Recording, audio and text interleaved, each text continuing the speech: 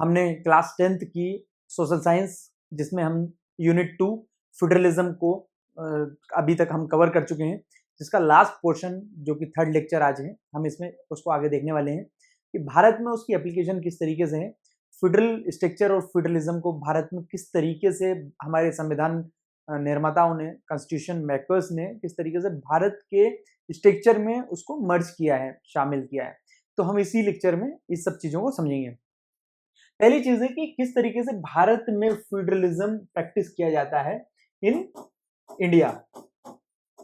अगर भारत के सापेक्ष में देखें तो इन इंडिया किस तरीके से फेडरलिज्म जो है भारत में यूज किया जाता है। अगर हम देखें भारत को तो लगभग 1950 में हमारा कॉन्स्टिट्यूशन लागू हुआ। 26 जनवरी 1950 को हमारा संविधान लागू किया गया, बन करके तैयार हुआ था, तो इसको जो है एप्लीकेशन में लाया। अगर हम देखें तो हमारे देश में पे हमारी बहुत सारी लैंग्वेजेस हैं, वैसे कल्चर्स बहुत सारी है, एथनिक डाइवर्सिटी है, एथनिसिटी में रेस में हमें बहुत सारे जनजाति देखने को मिलती है। तो इस तरीके से हमारी डेमोक्रेसी को भी स्ट्रेंथन किया, इसने मजबूती दी है और हमारी डाइवर्सिटी को मैनेज किया है। बहुत तरीके से भारत में इस फेडरलिज्म को प्रैक्टिस किया जाता है। पॉलिटिकल और कॉन्स्टिट्यूशनल प्रोसेस से हमें फेडरलिज्म भारत में देखने को मिलती है। हम ऐसे ही कुछ वेज, कुछ तरीके देखेंगे कि कहां कहां पे हमारे फेडरल स्ट्रक्चर को स्ट्रेंथन होने का अवसर मिला है। फेडरलिज्म की अगर हम पहला पॉइंट देखें तो हमारे जैसे हमारा देश आजाद हुआ 1947 में, तो हमने देखा कि हमारे स्टेट्स कुछ नए स्टेट्स बनना शुरू हुए, कुछ पुराने स्टेट्स मर्ज हुए, स्टेट्स के नाम चेंज हुए, नए स्टेट्स का जो है वर्थ हुआ, जिसके आधार बहुत सारे आधार रहे, लैंग्वेज के आधार पे, कल्चर के, एथनिसिटी के आधार पे। जैसे हमें भाषा आधारित बहुत सारे राज्य देखने को मिलते हैं। हम अगर मलयालम की बात करें तो स्पेशली केरला में बोली जाती है, मराठी जो कि महाराष्ट्र, उसके लिए गुजराती लैंग्वेज के लिए गुजरात एरिया स्पेसिफिक है। अगर हम तमिल की बात करें तो उसके लिए तमिलनाडु स्पेशली है, या कन्नड़ कर्नाटका में बोली जाती है। As a language specific states हमने बनाना शुरू किए हैं। तो हमने पहले तो बाउंड्रीज को चेंज किया है, we have change the boundaries of the states.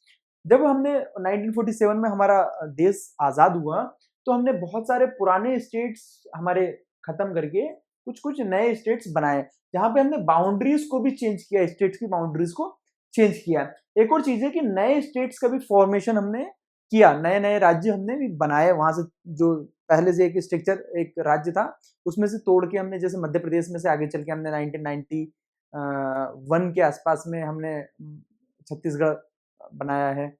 और ऐसे बहुत सारे स्टेट्स हमारे लैंग्वेज के, कल्चर के, एथनिसिटी के या ज्योग्राफी के कारण हमने नए नए स्टेट्स उसमें से क्रिएट किए हैं।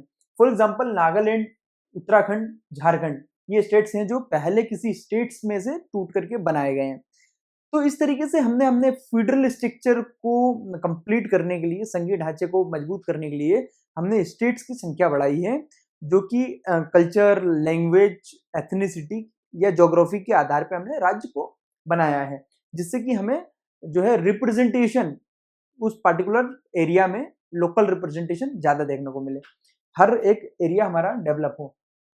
सेकेंड चीज है कि हमने लिंग्विस्टिक बेसिस पे भी स्टेट्स बनाए हैं, मींस भाषा के आधार पे भी हमने कुछ राज्य बनाए हैं। तो जैसे ही हमारा देश आजाद हुआ तो अलग अलग भाषा के आधार पे सभी क्षेत्रों ने अपने अपने राज्यों की डिमांड की। तो इस तरीके से हमारे यहाँ पे लैंग्वेज के आधार पे भी हमारे स्टेट्स बनना शुरू हुए। शुरू में इस सब चीज को लेकर के स्टेट्स के आधार पे राज्य बनाए जाएं या नहीं बनाए जाएं, भाषा के आधार पे राज्यों का बंटवारा किया जाए नहीं किया जाए, इसको लेकर के हमारे जो फ्रीडम फाइटर्स थे या हमारे लीडर्स थे, नेता थे, ये डरे हुए थे, ये नहीं चाहते थे इनिशियली बनाना। लेकिन बाद में हमने देखा कि एक भूख हड़ताल हुई, हंगर स्ट्राइक हुआ श्री रामुलु के द्वारा, जो कि आंध्र प्रदेश में, जिससे उनकी हंगर स्ट्राइक में डेथ हो गई। भूख हड़ताल में भूखे रह करके उन्होंने आंध्र स्पीकिंग पीपल्स के लिए, तमिल स्पीकिंग लोगों के लिए एक अलग स्टेट की अपनी डिमांड की थी। उनकी वो डिमांड पूरी नहीं हुई, उस भूख हड़ताल में उनकी डेथ हो गई। तो इससे इतना बड़े स्तर पे रॉयट्स हुए, दंगे हुए उस क्षेत्र में कि हमें हमारी जो केंद्र की सरकार है, नेहरू गवर्नमेंट, उसने, सेंट्रल गवर्नमेंट ने एक वादा किया कि हम आपको एक सेपरेट स्टेट देंगे। तो पहला सेपरेट स्टेट भाषा के आधार पे आंध्र प्रदेश बना। आगे चल के और भी सभी स्टेट्स को लैंग्वेज के आधार पे 1956 में एक स्टेट रिफॉर्मेशन और रीऑर्गेनाइजेशन किया गया, सबको पुनर्गठन किया गया। 1956 में लैंग्वेज को एक बेसिस मान लिया गया कि भाषा के आधार पे भी हम राज्य बना सकते हैं। तो भाषा के आधार पे भी राज्य बने, जो कि एक इसका बड़ा रीजन था कि एडमिनिस्ट्रेशन के बेसिस पे, उसके आधार पे बनाया गया, जिससे कि कंट्री ज्यादा यूनाइटेड रह सके। इस आधार पे लिंग्विस्टिक स्टेट्स बनाए गए कंट्री की यूनिटी को देखते हुए। आगे देखिए कि अगर हम लैंग्वेज पॉलिसी की बात करें तो भारत में लगभग आपको भाषाएं, एक बहुत सारी भाषाएं बोली जाती है भारत में। मेनली हिंदी जो है नॉर्थ के कुछ स्टेट्स में बोली जाती है, सदर्न स्टेट्स में डिफरेंट डिफरेंट लैंग्वेजेस बोली जाती हैं। हर स्टेट में अपनी अपनी लैंग्वेजेस हैं। इवन सिंगल स्टेट में ही अगर हम एक बिहार को ही देखें तो वहां पे कहीं मैथिली बोली जाती है, हिंदी बोली जाती है, भोजपुरी बोली जाती है, और भी बहुत सारी भाषाएं एक सिंगल स्टेट में भी बोली जा सकती है। तो भाषा को लेकर के है कि भाषा कोई भी नेशनल लैंग्वेज नहीं रखी गई, कोई भी भाषा नेशनल लैंग्वेज नहीं रखी गई है, जिससे कि किसी भी क्षेत्र को ऐसा नहीं लगे कि उन पे जबरदस्ती थोपी जा रही। इवन हिंदी को भी नेशनल लैंग्वेज नहीं रखा गया है, जबकि हिंदी बहुत सारे लोग बोलते हैं।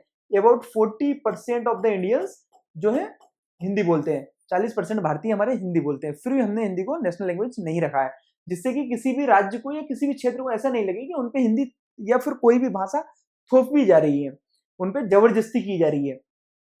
हमने हिंदी को जबकि एक ऑफिशियल लैंग्वेज का दर्जा दिया हुआ है, हमने प्रशासनिक भाषा हिंदी को बना रखा है, लेकिन नेशनल लैंग्वेज कोई नहीं है, राष्ट्रीय भाषा कोई नहीं है। हमने 21 भाषाओं को जो है रिकॉग्नाइज्ड लैंग्वेज, जो है अपने शेड्यूल्ड लैंग्वेज का दर्जा दिया गया है, शासकीय तौर पे शेड्यूल्ड लैंग्वेज उसको माना है। 21 भाषाओं को हमने रिकॉग्नाइज किया है, जिसमें हिंदी भी आती है, इवन और भी बहुत सारी क्षेत्रीय भाषाएं आती हैं। अगर हम देखें इंग्लिश जो है ऑफिशियल वर्क में हमारी दो भाषाएं राष्ट्रीय स्तर पे चलती है, जो कि है पहली इंग्लिश और सेकंड हिंदी। हिंदी और इंग्लिश को हमने ऑफिशियल वर्क के लिए लैंग्वेज माना है। इंग्लिश के लिए, इंग्लिश इसलिए कि इंग्लिश पूरे भारत में लगभग जानी और समझी जा रही थी। तो एक यूनिटी के स्ट्रक्चर को लेने के लिए, पूरे देश को एक रखने के लिए इंग्लिश को भी आगे कंटिन्यू किया गया, हिंदी को भी ऑफिशियल लैंग्वेज के रूप में देखा गया है। अगर हम फ्लेक्सिबिलिटी की बात करें तो भाषा के आधार पे, जैसे कि हमने श्रीलंका में देखा, श्रीलंका में एक जो मेजॉरिटी की भाषा थी, उस भाषा को बाकी लोगों पे भी जबरदस्ती प्रेशराइज करके थोपने की कोशिश की है। इसकी वजह से वहां पे कन्फ्लिक्ट देखने को मिला, वहां पे झगड़ा देखने को मिला। तो भारत ने इन सब चीजों को ध्यान में रखते हुए कभी भी किसी एक भाषा को पूरे देश में चलाने की कोशिश नहीं की है। क्षेत्रीय भाषाओं को अपने राज्य में के कामकाज के लिए उपयोग किया जाने लगा, बट इंग्लिश और हिंदी को ऑफिशियल लैंग्वेज नेशनल लेवल पे रखा गया है। तो भाषा की भी अपनी पॉलिसी हमें भारत में देखने को मिलती है, जो जिसको भी ध्यान में रखा गया है। एक है central state relations. Central state relations में सेंट्रल गवर्नमेंट का स्टेट गवर्नमेंट के साथ किस तरीके का रिलेशन होगा। अगर सेंट्रल में फॉर एग्जांपल एक पार्टी की सरकार है, अभी वर्तमान में देखें तो भाजपा की सरकार है, अगर स्टेट में भी भाजपा की सरकार है, तो जब सेंट्रल में और स्टेट में सेम गवर्नमेंट होती है, एक ही पार्टी की सरकार होती है, तो वहां पे हमें कन्फ्लिक्ट देखने को नहीं मिलता है, वहां पे झगड़ा देखने को नहीं मिलता है। लेकिन अगर स्टेट में किसी और पार्टी की गवर्नमेंट है, फॉर एग्जांपल अगर हम देखें तो ये हमारा अगर भारत देखें हम, सेंट्रल में हमारा दिल्ली में अगर गवर्नमेंट है बीजेपी की गवर्नमेंट है। फॉर एग्जांपल अगर हम यहाँ पे आते हैं केरल में या तमिलनाडु में, यहाँ पे केरल में कांग्रेस है।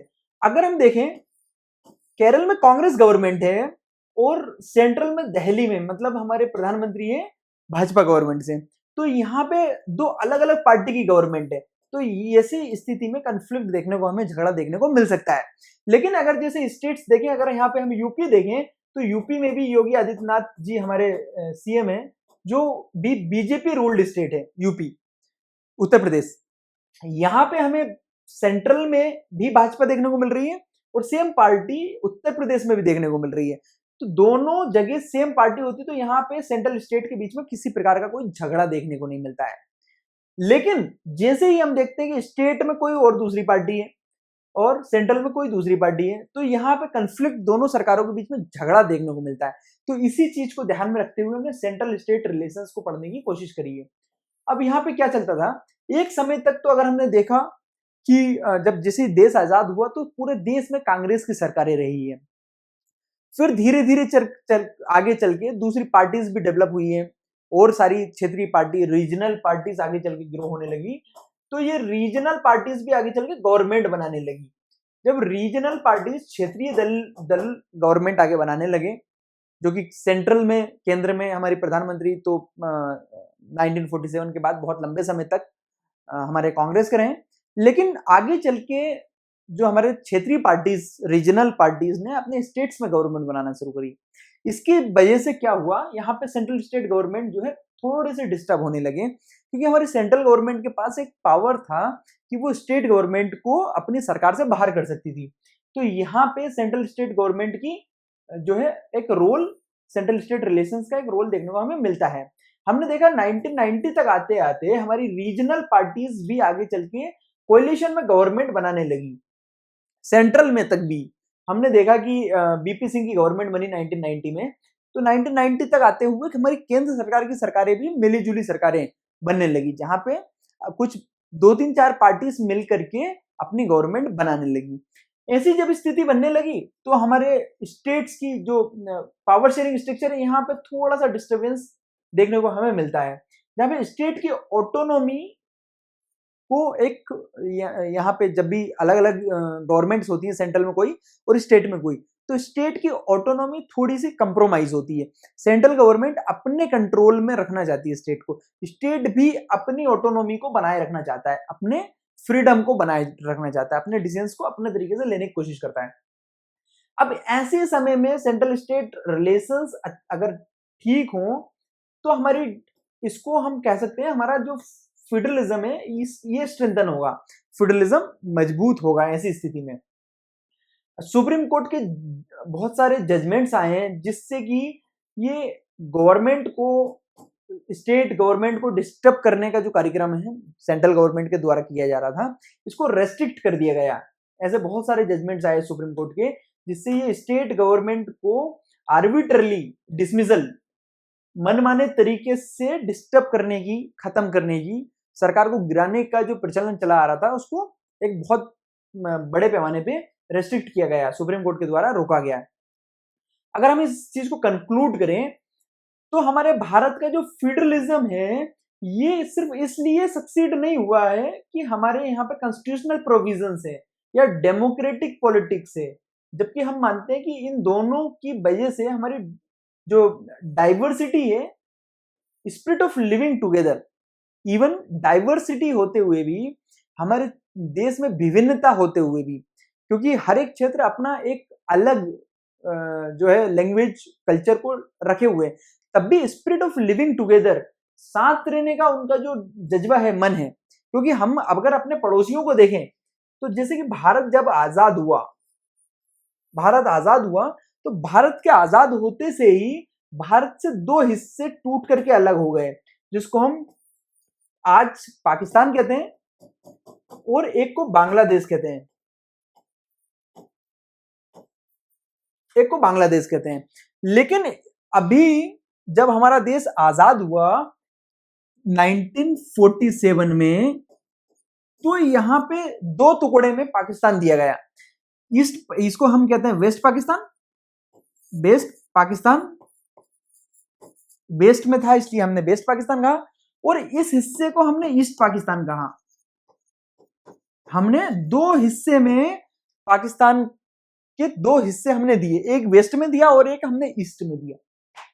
आगे चल के 1975 में ये जो पाकिस्तान का ये वाला वेस्ट वाला पार्ट है, इन्होंने इस ईस्ट पाकिस्तान के साथ बहुत ज्यादा भेदभाव किया, डिस्क्रिमिनेशन किया, इन पे भी कुछ कहीं ना कहीं स्लेव्स का व्यवहार किया, गुलामों जैसा व्यवहार किया। इस पार्ट ने अपने आप को फ्रीडम करने के लिए, आजाद करने के लिए भारत सरकार की मदद ली। इंदिरा गांधी ने इनको अपनी मदद दे करके, अपनी सेना भेज करके 1975 में पाकिस्तान से अलग करके इसको एक सेपरेट कंट्री बना दिया, बांग्लादेश। ये टूट गया है। क्यों टूट गया? क्योंकि इनके साथ जब भी एक पार्टिकुलर क्षेत्र के साथ, किसी देश के किसी हिस्से के साथ भेदभाव सरकार जान करके भेदभाव करती है, तो वो क्षेत्र फिर ससीड करता है, वो अलगाव होता है वहां पे, वो उस देश से टूट करके अलग होना चाहता है। भारत में लगभग ये चीज नहीं देखने को मिली है हमें, इवन दो कश्मीर में प्रयास चलता रहता है इस प्रकार का, लेकिन अभी भारत से कोई सिलेक्शन कभी नहीं हुआ है, ना आगे होने की कोई संभावना है। हमने देखा कि भारत में हमें लैंग्वेज के आधार पे भी राज्य देखने को मिले हैं, जो कि लैंग्वेज पॉलिसी को बैलेंस किया गया भारत में। किसी भी एक लैंग्वेज को आगे चल के जबरदस्ती नहीं उसको थोपा गया है। हमें सेंट्रल स्टेट रिलेशंस मजबूत देखने को मिले हैं, स्टेट्स की अपनी ऑटोनॉमी बरकरार रही है। सेंटर ने अपनी लिमिट्स के बाहर जाकर के स्टेट को डिस्टर्ब करना बंद कर दिया है, क्योंकि सुप्रीम कोर्ट ने बहुत सारे रेस्ट्रिक्शंस यहाँ पे लगा दिए हैं। भारत में देखें, हमारा भारत एक डाइवर्स नेशन है जहां पे कल्चर्स बहुत सारे हैं, फिर भी यूनाइटेड है। अगर हम देखें तो फेडरलिज्म जो है वो कंटिन्यूअस प्रोसेस है एडजस्टमेंट की और कोऑपरेशन की। हमारे जो सेंट्रल और स्टेट के रिलेशंस हैं, ये एडजस्टमेंट्स के ऊपर बेसिस पे चलते हैं। स्टेट्स की भी जहां पे बात रखी जाती है, सेंट्रल की भी बात सुनी जाती है। सेंट्रल भी अपनी कभी कभी जो है अपने तरीके से अपनी बात को स्टेट तक पहुंचाता है। ऑपरेशन की भी जब राष्ट्रीय स्तर पे बात आती है तो हमारे सारे स्टेट्स एक साथ मिलकर के आगे सेंट्रल गवर्नमेंट का साथ देते हैं। और यही सब चीजें हैं जो हमारी डेमोक्रेसी को स्ट्रेंथन करते हैं, हमारी डेमोक्रेसी को मजबूत करते हैं। इसी तरीके से हम अगर देखें आगे, तो फेडरलिज्म जो भारत का है वो डायनेमिक है और पीपल ओरिएंटेड है।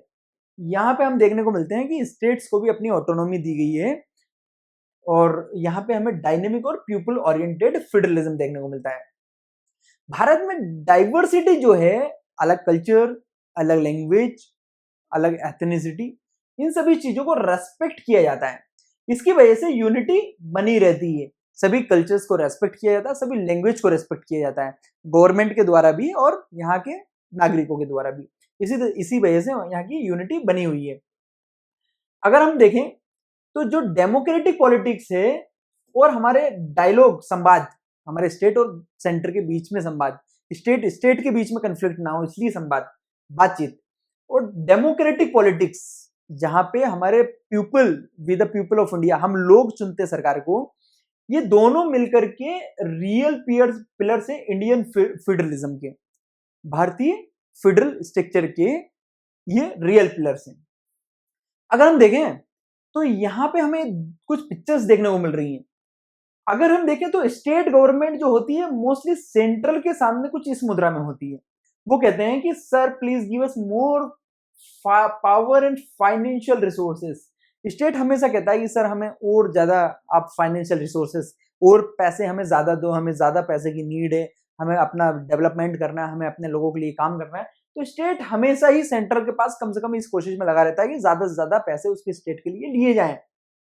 एक और चीज है, जब भी कोalition गवर्नमेंट बनती है, जब भी 2-3 पार्टीज मिलकर सरकार बनाती है, कोalition गवर्नमेंट बनाती है, तो यहाँ पे जो सेंटर में अगर कोalition गवर्नमेंट बनती है, हमारे केंद्र में प्रधानमंत्री अगर कोalition गवर्नमेंट से बनते हैं, 2-3 पार्टीज मिलकर बनाती हैं, तो वो जो पार्टीज मिलकर बनाती है वो पार्टीज कोशिश करती है कि अपने राज्य में ज्यादा से ज्यादा फंड्स उन्हें मिले सेंट्रल गवर्नमेंट से। फॉर एग्जांपल अगर हम देखें 2004 से 2014 तक हम देखें तो यहाँ पे हमें कांग्रेस की गवर्नमेंट देखने को मिलती है, जिसके पीएम थे हमारे मनमोहन सिंह। हमारे मनमोहन सिंह पीएम थे, कांग्रेस की गवर्नमेंट थी 2004 से 14 तक, ये कोalition गवर्नमेंट थी। यहाँ पे बहुत सारे राजनीतिक पार्टीज मिलकर के सरकार चला रहे थे। अब जो राजनीतिक पार्टीज जो क्षेत्रीय पार्टीज होंगी, फॉर एग्जांपल यूपी से अगर कोई पार्टी है, कोई बंगाल से, कोई तमिलनाडु से, सबने मिलकर अपना एक पीएम बनाया है, सेंटर में कोalition गवर्नमेंट बनाई है। तो वो कोशिश करेंगे कि उनके स्टेट को कम से कम सेंट्रल गवर्नमेंट से ज्यादा फंड मिले, उनके स्टेट को स्पेशल स्टेटस मिले, उनके क्षेत्र को स्पेशल स्टेटस मिले, ज्यादा फंड्स मिले, ज्यादा जो योजनाओं का उन्हें लाभ मिले, और उनकी कैबिनेट में, मंत्रालय में उनके मिनिस्टर्स ज्यादा से ज्यादा हों। We want more seats in cabinet, उनके मंत्री ज्यादा से ज्यादा हों। तो कोalition गवर्नमेंट में एक खास चीज है कि वहां पे हर स्टेट्स अपने लिए फंड ज्यादा लेने की कोशिश कर रहा होता है, हर एक अपने मंत्री ज्यादा रखने की कोशिश कर रहा होता है। कोalition गवर्नमेंट कुछ इसी तरीके चलती है। अभी भी प्रधानमंत्री नरेंद्र मोदी की गवर्नमेंट कोalition में चल रही है। 2024 के बाद में जो कि 2-3 पार्टीज मिल करके गवर्नमेंट चला रही है, तो वहां पे हर जो पार्टी उसमें शामिल होगी सरकार में, कोशिश करेगी अपने मंत्री ज्यादा से ज्यादा रखें, अपने स्टेट के लिए, अपने राज्य के लिए ज्यादा से ज्यादा फंड लें, अपने स्टेट के लिए स्पेशल स्टेटस, विशेष राज्य का दर्जा दिलवाएं उसे। अगर हम देखें तो आप क्षेत्रवाद को, रीजनलिज्म को कितना सपोर्ट करते हैं, और क्या क्षेत्रवाद किसी डेमोक्रेसी के लिए, रीजनलिज्म जो कि अपने क्षेत्र को ज्यादा बेनिफिट्स, ज्यादा फंड लेने की कोशिश है, अपने क्षेत्र को अच्छा महान बताने की कोशिश, ये सब चीजों को आप किस तरीके से देखते हैं, पहली चीज। और ये क्या डेमोक्रेसी के लिए सही है, गुड फॉर आवर डेमोक्रेसी और नॉट, ये हमारी डेमोक्रेसी के लिए ये कहां तक कितना सही है। अगर हम देखें इंडिया में, अगर हम देखें तो इंडिया का फेडरलिज्म जो है वो बैलेंस करता है यूनिटी को, डाइवर्सिटी को। हम सब एक हैं और हमारी कल्चरल आइडेंटिटीज भी मेंटेन रहे, कोई किसी में मर्ज ना हो, राइट। तो यहाँ पे हमें देखने को मिलता है डायलॉग, हमारी सेंट्रल स्टेट गवर्नमेंट्स के बीच में एक डायलॉग कम्युनिकेशन अच्छा खासा हो। सेकंड चीज है हम अकोमोडेट करें चीजों को, और हम ये डिफरेंसेस के लिए एक दूसरे की रेस्पेक्ट करें। किसी के अपने डिफरेंसेस हैं, वो अलग है, जो वेरी कर रहा है, डाइवर्स है, उसको हम रेस्पेक्ट करें। इसी वजह से हमारी वास्ट कंट्री, बड़ी सी कंट्री एक साथ मिलकर के रह पाएगी। ये हमारी डेमोक्रेसी की स्ट्रेंथ भी है, और हमें इस सब चीज को प्रोटेक्ट भी करना चाहिए। किस चीज को? इस हमारी डाइवर्सिटी की हम रेस्पेक्ट कर पाए। हमारे कल्चर्स अलग हैं, हमारे अलग अलग स्टेट्स की लैंग्वेजेस अलग हैं, हमारी एथनिसिटी अलग है, फिर भी हमारे सभी यूनिटी है डाइवर्सिटी में। भारत में कहा जाता है यूनिटी इन डाइवर्सिटी। हमें यहां पे देखने को मिलता है हमारी फेडरलिज्म की स्ट्रेंथ है unity in diversity. Thank you. हम यहाँ पे इस लेक्चर को कंप्लीट करते हैं। आपको जैसा भी लगा हो आप हमें कमेंट सेक्शन में जरूर बताइएगा।